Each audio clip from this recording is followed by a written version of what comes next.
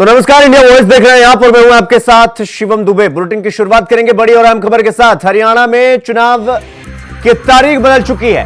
हरियाणा में अब 5 अक्टूबर को चुनाव होगा। यह आपको बता दें कि पहले हरियाणा और जम्मू कश्मीर में 1 अक्टूबर को चुनाव होना था, लेकिन अब हरियाणा में 1 अक्टूबर की जगह 5 अक्टूबर को चुनाव होगा। हरियाणा और जम्मू के नतीजे साथ ही आएंगे। 8 अक्टूबर को दोनों राज्यों के नतीजे सामने आएंगे। बीजेपी ने पहले ही तारीख बदलने की मांग की थी और चुनाव आयोग ने मांग को लेकर यह फैसला लिया है। तो ये बड़ी खबर हम आपको इस वक्त की बता रहे हैं। जम्मू कश्मीर और हरियाणा 2 राज्यों में चुनाव होने थे 1 तारीख को, लेकिन अब हरियाणा के चुनाव के तारीखों में बदलाव हुआ है। 1 तारीख को जो चुनाव होना था हरियाणा में, वो अब 5 तारीख को होगा, यानी कि 5 अक्टूबर को अब चुनाव होगा। और परिणाम जो है वो जम्मू कश्मीर और हरियाणा दोनों राज्यों के विधानसभा चुनाव के परिणाम 1 ही तारीख को आएंगे। गुड़गांव एक जो श्रमिकों के लिए ना, कंस्ट्रक्शन वर्कर है, ये कोई मेरे को समस्याएं लोगों ने बताई है, जैसे रैपिड रेलवे चलाई थी, इसके वर्करों की है, कई है, उनका हम घोषणा पत्र में डालेंगे। और सारे प्रदेश के लिए नीति बनाई है ये, उसमें गुड़गांव भी शामिल है। गुड़गांव का वही जैसे पहले विकास हो।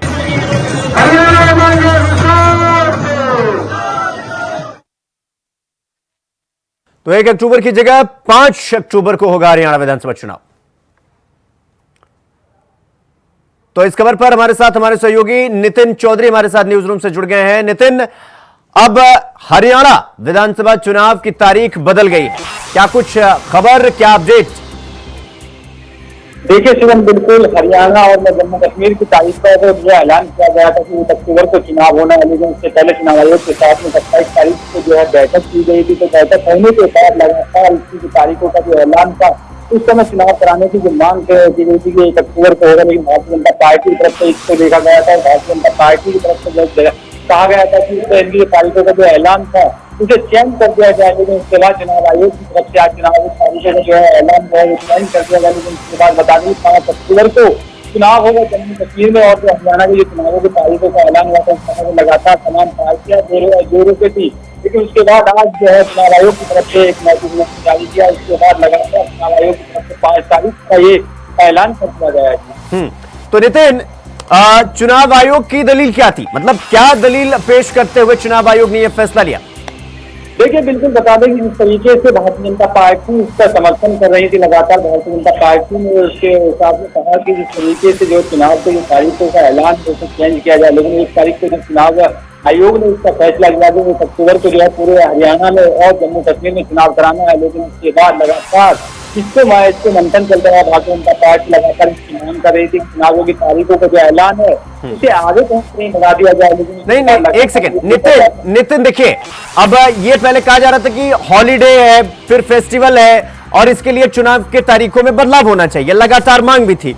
अब सवाल यह है कि अगर त्योहार है, अगर हॉलीडे है, तो वो क्या वो सेम फैक्टर जम्मू कश्मीर वाले विधानसभा चुनाव में काम नहीं करेगा? और हरियाणा विधानसभा में काम किया है, तो हरियाणा में चुनाव 4 दिन लेट क्यों? मतलब परिणाम तो साथ ही आएंगे ना।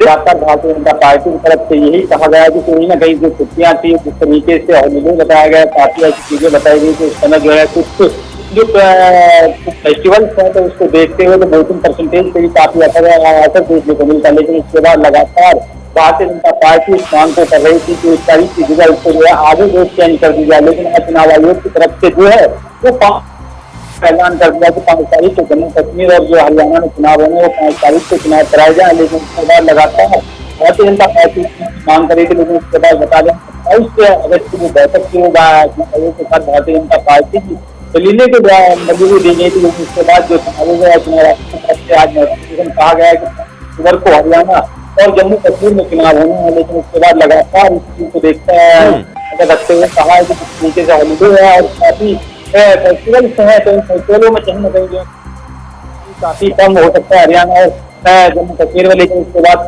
यही है कि आखिरकार कहीं इस तरीके से छुट्टी का ऐलान के बाद कहीं ना कहीं वोटिंग परसेंटेज जो है काफी कम नजर आती जम्मू कश्मीर में और हरियाणा में। उसके बाद लगातार भारतीय जनता पार्टी की तरफ से कहा गया कि चुनावों की तारीखों का जो ऐलान है उसे कहीं ना कहीं आगे जो है बढ़ा दिया गया। लेकिन उसके बाद लगातार भारतीय जनता पार्टी दलीलें पे जो है जिस तरीके से चुनाव आयोग ने मांगों को पूरी तरीके से सहमत मान लिया।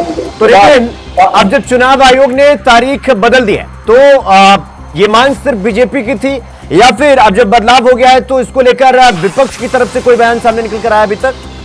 देखिए बिल्कुल शिवम, जिस तरीके से जो है 5 तारीख का जो ऐलान पार्टी दलीलें दे रही थी चुनाव को आगे बढ़ाने की मांग करे तो विपक्ष की बात की जाए, विपक्ष अभी फिलहाल जिस तरीके से जो है हमलावर भी हो सकता है क्योंकि हमलावर पूरी तरीके से क्या सकता है लगा।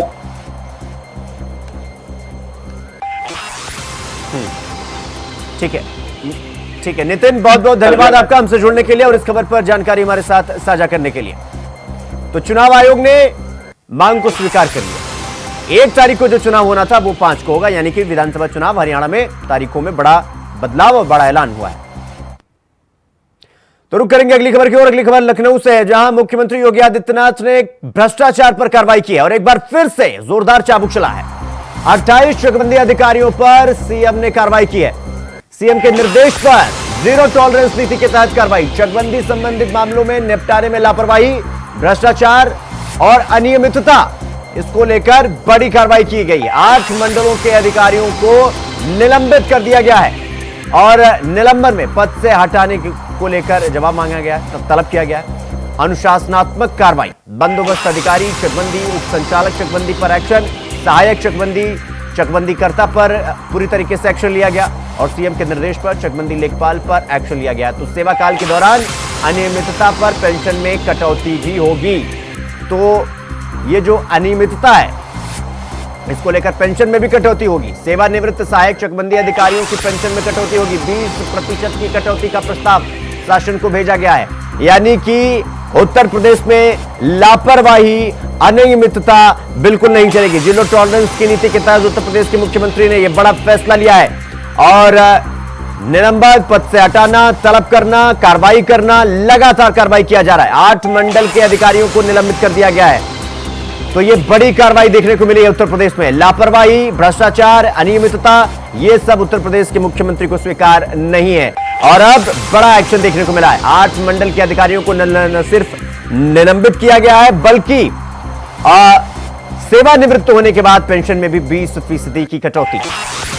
तो पद से हटाने से लेकर जवाब भी तलब किया गया है। तो 8 मंडल अधिकारियों को हटाया गया है, कितनों से जवाब मांगा गया है, कितने से अनुशासनात्मक कार्रवाई और अब लगातार कार्रवाई देखने को मिल रहा है। लगातार लापरवाही, भ्रष्टाचार और चकबंदी संबंधित मामलों में निपटारे के लिए लापरवाही को लेकर यह कार्रवाई हुई है। तो यानी कि लापरवाही बर्दाश्त नहीं, भ्रष्टाचार बर्दाश्त नहीं, अनियमितता बर्दाश्त नहीं। तो टॉलरेंस नीति के तहत, जीरो टॉलरेंस की नीति के तहत मुख्यमंत्री के निर्देश पर यह कार्रवाई हुई।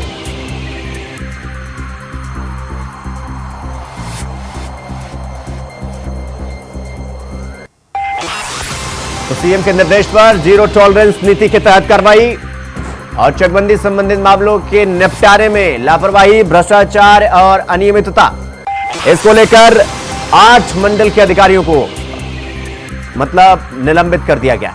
पद से सेवा विहीन 28 चकबंदी अधिकारियों को मुख्यमंत्री की तरफ से कार्रवाई झेलनी पड़ी है। तो ये जो चाबुक जो है मुख्यमंत्री योगी आदित्यनाथ, इस खबर पर हमारे साथ हमारे सहयोगी मोहम्मद आसिफ हमारे साथ लखनऊ से जुड़ गए हैं। आसिफ, मुख्यमंत्री योगी आदित्यनाथ की तरफ से बड़ा कदम, मतलब लापरवाही, भ्रष्टाचार और अनियमितता बर्दाश्त नहीं मुख्यमंत्री को। ये निश्चित तौर पर जिस तरह से यूपी सीएम योगी आदित्यनाथ ने भ्रष्टाचार के खिलाफ बड़ी कार्रवाई की है, ये अपने आप में कहीं ना कहीं मिसाल भी हो सकती है। क्योंकि जिस तरह से लगातार यूपी सीएम योगी आदित्यनाथ लोकसभा चुनाव के बाद बेहद एक्टिव भी नजर आ रहे हैं, चाहे सीओ को सिपाही बनाने का मामला रहा हो और अब जिस तरह से बड़ी संख्या में चकबंदी अधिकारियों के खिलाफ भ्रष्टाचार को लेकर यह एक्शन लिया गया है। इससे कहीं न कहीं सरकार के पर ने जिस तरह से दावा किया था कि जीरो टॉलरेंस की सरकार चलाएंगे, डबल इंजन की सरकार होगी और इससे जो है आम जनमानस को कहीं से भी कोई दिक्कत नहीं होगी, यह साफ तौर पर अब देखा जा सकता है। जी सो आसिफ, हम लगातार देखते हैं, खास करके उत्तर प्रदेश में हम देखते हैं कि अगर लापरवाही बरती गई, वो किसी भी विभाग में हो, चाहे वो चकबंदी विभाग में हो और चाहे वो लेखपाल हो या कोई बड़ा से बड़ा अधिकारी हो, अगर मुख्यमंत्री की नजर में आपकी लापरवाही, भ्रष्टाचारी और अनियमितता, ये जो 3 टर्म्स एंड कंडीशन है, ये दिख गई तो कार्रवाई पक्का। और वही उसका एक जीता जागता एग्जाम्पल, और ये एग्जाम्पल आने वाले समय में बाकी अधिकारियों को सतर्क करेगा और मन से, लगन से काम करने की प्रेरणा भी देगा। जी बिल्कुल, निश्चित तौर पर जिस तरह से अगर विकास कार्यों की बात की जाए तो विकास कार्यों में हीला हवाली करने पर कई डीएम नक भी चुके हैं। हालांकि जो है जो अच्छा काम करने वाले अफसर थे उनको शाबाशी भी दी गई, प्रोत्साहन भी दिया गया। और वहीं अगर कानून व्यवस्था की बात करें तो कानून व्यवस्था की मॉनिटरिंग यूपी सीएम खुद करते हैं और लापरवाह जो एसपी है या एडीजी है या आईजी है उनको भी हटाने का काम यूपी सीएम योगी आदित्यनाथ की तरफ से किया जाता है। साफ तौर पर संदेश है सीएम योगी आदित्यनाथ का कि कहीं भी किसी को भी कोई दिक्कत न हो, और साथ ही साथ अपराधियों के खिलाफ जिस तरह से अभियान चलाया गया और अभियान के तहत कई दुर्दांत माफियाओं को सलाखों के पीछे भेजा गया और साथ ही साथ कई दुर्दांत अपराधियों का एनकाउंटर भी हुआ। और वहीं सबसे बड़ी बात यह सीएम की जिस तरह से यूपी पुलिस भर्ती परीक्षा पेपर को लेकर यूपी सीएम योगी आदित्यनाथ ने जो वायदा किया था उसे भी बखूबी निभाया है, क्योंकि इस परीक्षा को लेकर कई कयास लगाए जा रहे थे, आशंकाओं के बादल भी मंडरा रहे थे, क्योंकि परीक्षा लीक होने के बाद जिस तरह से योगी सरकार गिरी थी। और आज 5वें दिन यानी अंतिम दिन की भी परीक्षा पूरी तरह से संपन्न हो गई और उसके बाद यूपी सीएम योगी आदित्यनाथ ने अफसरों को बधाई भी दिया है परीक्षा नकल विहीन परीक्षा को लेकर, संपन्न कराए जाने को लेकर, और साथ ही साथ यह भी शाबाशी दिया है कि जिस तरह से यूपी पुलिस भर्ती परीक्षा में जो सालवर गैंग है, नकल माफिया है, वह सेंधमारी नहीं कर पाए और करीब 40 से ज्यादा नकलची मुन्ना भाई और दलालों को अरेस्ट भी किया गया है। तो कुल मिलाकर यह कहा जा सकता है कि जो भी यूपी सीएम योगी आदित्यनाथ मानते हैं उसे कर दिखाते हैं, चाहे चकबंदी अधिकारियों पर एक्शन की बात हो। मुख्यमंत्री को कई दफा ये कहते हुए भी सुना है कि या तो आप मन से काम करिए या आप पूरी तरीके से हम आपको छुट्टी कर देंगे आपकी, और उसका एक एग्जाम्पल भी देखने को मिला। यानी कि मुख्यमंत्री का जो पूरा एक तरीके से कहे कि आर्य पार के मूड में है, या तो आप काम करेंगे ईमानदारी से या आपको सेवानिवृत्त होना पड़ेगा, और आप तो पेंशन में भी 20% कटौती की बात हो रही है। यानी कि संदेश साफ कि या तो काम करे या सेवानिवृत्त भी हुए तो 20% की कटौती, क्योंकि अनियमितता, भ्रष्टाचार ये बिल्कुल बर्दाश्त नहीं है। तो संदेश सीधा, स्पष्ट, साफ।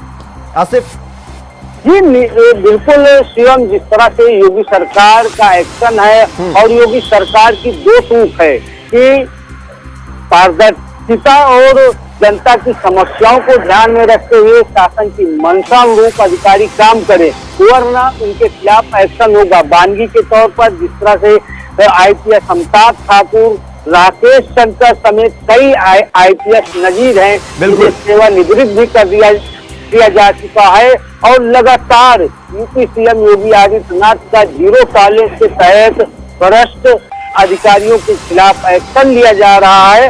और साथ ही साथ कानून के साथ खिलवाड़ करने वाले जो भी अफसर हैं, चाहे आईपीएस हो या फिर एडीजी हो या फिर आईजी रैंक के, सब पर एक्शन हो रहा है। और वहीं अगर आईएएस अफसरों की बात करें तो कई आईएएस अफसरों के खिलाफ भी कार्रवाई हो चुकी है। तो एवं इस तरह से जो एक लक्ष्य रखा गया है योगी सरकार की तरफ से, अगर उस लक्ष्य को पूरा करने में विफल रहा तो नियत और नीति बिल्कुल स्पष्ट, या तो काम करिए या तो सेवानिवृत्त होना होगा आपको। आसिफ, बहुत बहुत धन्यवाद आपका हमसे जुड़ने के लिए और इस खबर पर जानकारी हमारे साथ साझा करने के लिए। तो रुक करेंगे अगली खबर की ओर। प्रधानमंत्री नरेंद्र मोदी ने मेरठ से लखनऊ के बीच चलने वाली वंदे भारत ट्रेन का वर्चुअली उद्घाटन किया है। इस दौरान वीडियो कॉन्फ्रेंसिंग के जरिए रेल मंत्री अश्विनी वैष्णव, राज्यपाल आनंदीबेन पटेल और मुख्यमंत्री योगी आदित्यनाथ मौजूद रहे। मेरठ स्टेशन पर भाजपा सांसद अरुण गोविल भी मौजूद रहे। उत्तर प्रदेश के जल शक्ति राज्य मंत्री दिनेश खटिक, उत्तर प्रदेश के ऊर्जा राज्य मंत्री डॉक्टर सोमेंद्र तोमर और बीजेपी के राष्ट्रीय उपाध्यक्ष और झारखंड प्रभारी डॉक्टर लक्ष्मीकांत वाजपेयी से हमारे संवाददाता सादिक खान ने खास बातचीत की है। सुनिए।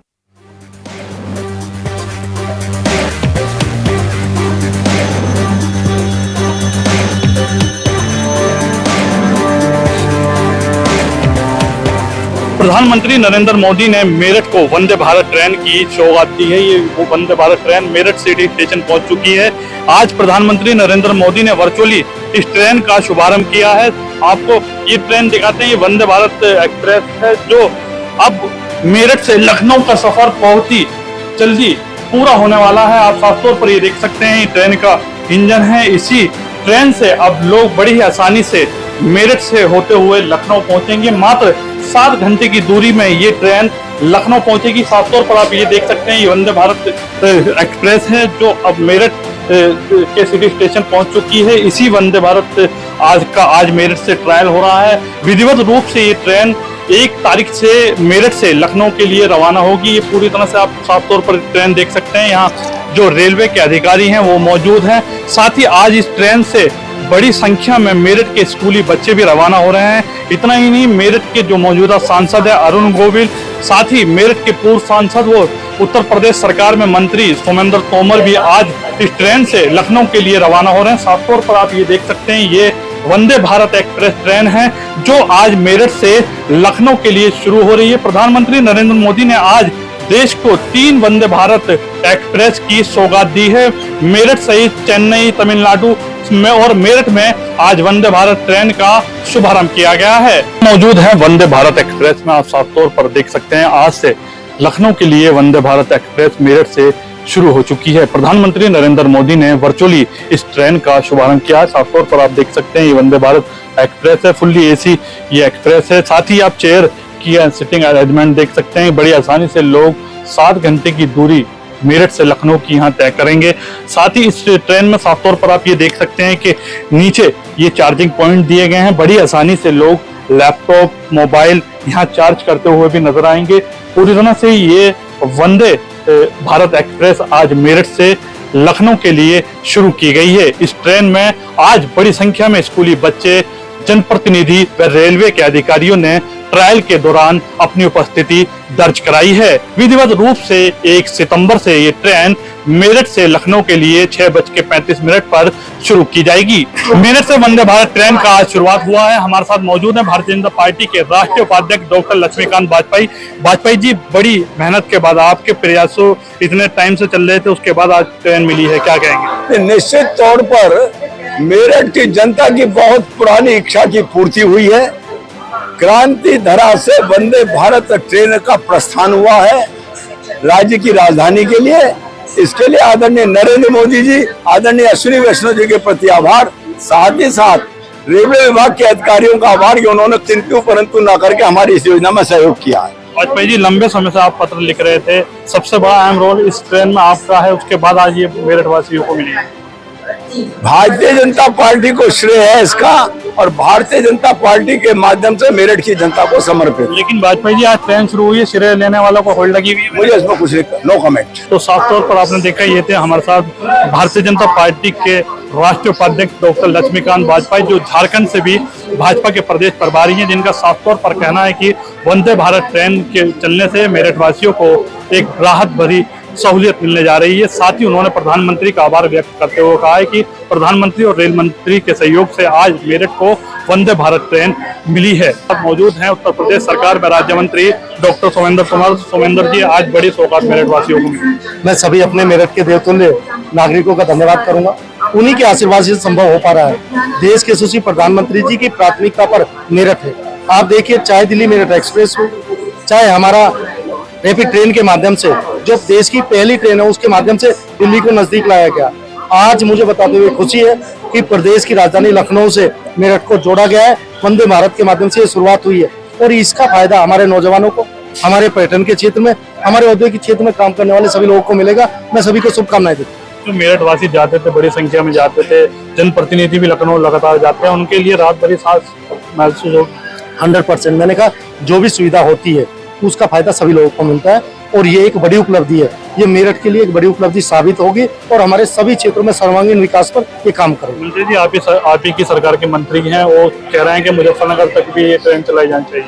ये अच्छी बात है, हम लोगों का प्रयास है, हमारी सोच ही विस्तारवादी है, हम हमेशा विस्तार के लिए काम करते हैं। आगे जाए तो हमारी शुभकामनाएं और प्रयास रहेगा, सभी सम्मानित जनप्रतिनिधि मिलकर प्रयास करेंगे। उत्तर प्रदेश सरकार में राज्य मंत्री दिनेश कटिक मौजूद है। मंत्री जी, आज बड़ी उपलब्धि मेरठ को मिली है, क्या कहेंगे? मैं सबसे पहले अपने देश के सभी लोगों को बहुत बहुत बधाई देता हूं और बहुत बहुत धन्यवाद देता हूं देश के आदरणीय प्रधानमंत्री जी को, जिन्होंने मेरठ के अंदर एक इतिहास बनाया, एक क्रांतिकारी धरा है कि वंदे भारत ट्रेन का शुभारंभ मेरठ से लखनऊ के लिए आज शुभारंभ है। माननीय प्रधानमंत्री जी आज इसका उद्घाटन करेंगे और ये हमारे मेरठ के लिए नहीं बल्कि पूरे उत्तर प्रदेश के लिए एक ऐसी ट्रेन चलाई गई है जो एक सपना हम लोगों ने देखा था, एक नया भारत का निर्माण हो, और वंदे भारत ट्रेन आज उद्घाटन है मेरठ से लखनऊ के लिए। आदरणीय प्रधानमंत्री जी, आदरणीय मुख्यमंत्री जी उद्घाटन करने वाले हैं। मैं इसके लिए आदरणीय प्रधानमंत्री जी का बहुत बहुत धन्यवाद देता हूं और ये हमारे सब मेरठ वासियों के लिए, मैं पूरे उत्तर प्रदेश के लिए बड़ा सौभाग्य है। जिस तरह से आम जनता के साथ साथ जनप्रतिनिधि बड़ी तादाद में जाते हैं लखनऊ, दिक्कतों का सामना करना पड़ता था, अब 7.25 घंटे की दूरी तय होगी, कैसा मतलब लोगों को राहत मिलेगी? ये एक नया माहौल है क्योंकि 7 घंटे के अंदर लखनऊ तक पहुंचना इतना आसान हुआ है कि आम जनमानस भी 7-8 घंटे में, यानी कि आप ये समझिए सुबह 6 बजे अपने घर से चल के और रात को 10 बजे लखनऊ से अपना काम करके वापस आ सकता है। ऐसी सुविधा वंदे भारत ट्रेन चला करके आदरणीय प्रधानमंत्री जी ने दी है, इसके लिए हम उनका बहुत बहुत आभार करते हैं। धन्यवाद। साफ तौर पर आपने देखा उत्तर प्रदेश सरकार में मंत्री हैं दिनेश कटिक, जिनका साफ तौर पर कहना है कि इस वंदे भारत एक्सप्रेस चलने से मेरठ सहित जो आसपास के भी क्षेत्रवासी हैं, जो बड़ी संख्या में लखनऊ जाते थे, दिक्कतों का सामना करना पड़ता था, अब उन्हें बड़ी राहत मिलेगी। अपने सहयोगी शाहरुख सैफी के साथ Sadiq Khan, India voice, Meerut.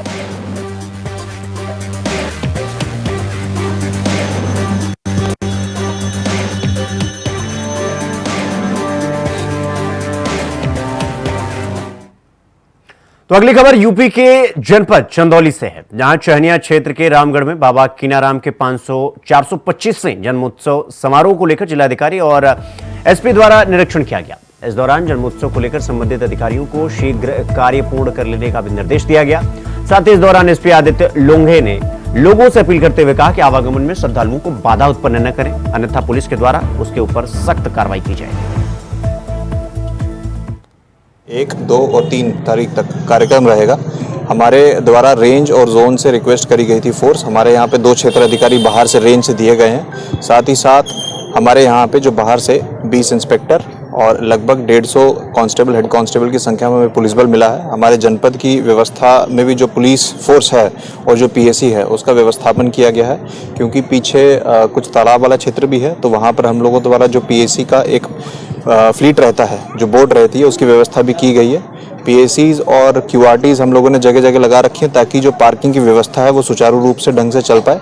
Bikes के लिए पार्किंग के स्थान देख लिए गए हैं, लोगों के आवागमन के लिए कोई समस्या ना हो। ये भी देख लिया कोई डार्क एरियाज हैं तो वहाँ पे हम लोगों ने व्यवस्था की गई है। साथ ही साथ अंदर एंटी रोमियो स्क्वाड, क्योंकि यहाँ पे मेले का क्षेत्र भी है, एंटी रोमियो स्क्वाड भी रहेंगे।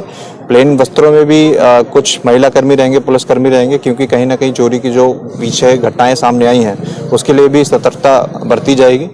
और मेरा सभी से अनुरोध है कि जितने भी जो यहाँ के लोकल लोग हैं उन सबसे रिक्वेस्ट है कि आवागमन में किसी को बाधा ना उत्पन्न करें, और अगर किसी के द्वारा कोई गलत काम किया जाएगा तो पुलिस उसके खिलाफ सख्त से सख्त कार्रवाई करेगी। जनपद में रामगढ़ स्थित जो बाबा कीनाराम जी का मठ है, यहाँ पर मैं और एसपी साहब आज आए हैं। 1, 2 और 3 दिन का यहाँ पर जन्मोत्सव हर वर्ष की भांति इस बार भी आयोजित कराया जा रहा है। उसी की तैयारियों का जायजा लेने हम लोग आए हैं, और इससे पहले भी एक मीटिंग हम लोग इसी स्थल पर किए थे लगभग 20-25 दिन पहले, और जितने भी निर्देश दिए गए थे लगभग वो सभी यहाँ पर कार्य पूरे कर लिए गए हैं। कुछ छोटे मोटे कार्य अभी बचे हुए हैं और अंतिम चरण की जो तैयारियां है वो अभी जारी है। मुझे यकीन है कि अच्छा आयोजन यहाँ पर जो आश्रम है उनके द्वारा, और साथ ही साथ उनको सपोर्ट करने के लिए जो पुलिस प्रशासन यहाँ पर तैनात किए गए उनके द्वारा भी अच्छा यहाँ पर व्यवस्था सुनिश्चित। तो वहीं हरदोई में पति पत्नी के विवाद में ससुराल वालों ने दामाद की पिटाई कर दी। ससुराल वालों ने दामाद को लाठी डंडों से जमकर पीट दिया। मारपीट का वीडियो सोशल मीडिया पर अब जमकर वायरल हो रहा है। शाहाबाद कोतवाली क्षेत्र के गढ़ी का पूरा यह मामला बताया जा रहा है।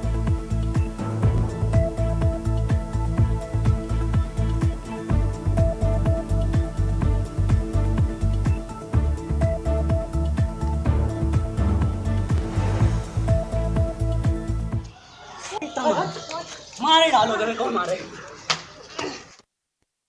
तो बुलेटिन में फिलहाल अभी के लिए बस इतना ही। देश और दुनिया की तमाम खबरों के देखने के लिए देखते रहिए न्यूज़। नमस्कार।